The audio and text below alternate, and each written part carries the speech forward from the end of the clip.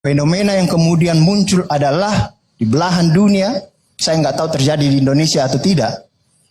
Parlemen ini yang diharapkan hadir guna mengontrol kekuasaan, berselingkuh dia sama kekuasaan itu.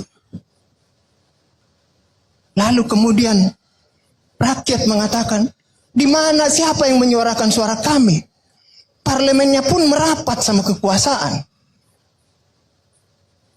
Saya nggak tahu ini mirip atau tidak.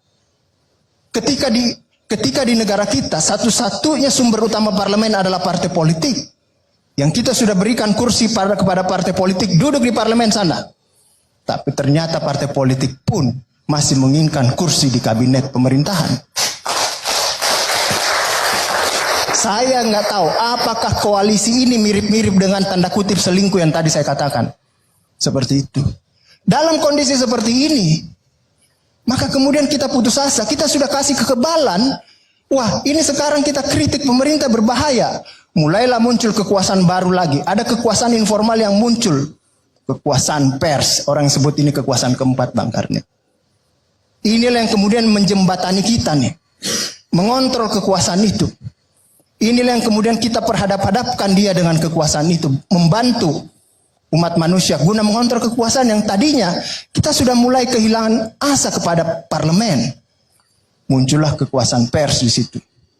Dalam perjalanannya lagi, ternyata tidak seindah yang kita bayangkan juga. Pers pun sudah mulai kita curigai. Jangan-jangan ini ikutan berselingkuh juga, ada cinta segitiga antara parlemen, presiden, dan pers. Jangan-jangan. Mungkin ini jangan-jangan makanya di Twitter Bang Karni dimaki-maki mulu, dibully-bully juga di situ. Saya belum tentu saya benar ini Bang Karni. Jangan-jangan ya. Jangan-jangan seperti itu. Muncullah ini semua.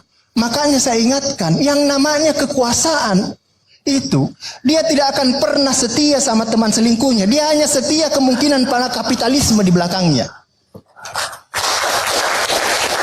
Makanya wajar ketika isu penghinaan presiden ini, semua menggeliat, termasuk pers pun menggeliat.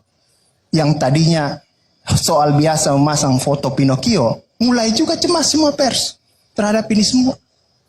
Inilah yang kemudian harus hati-hati.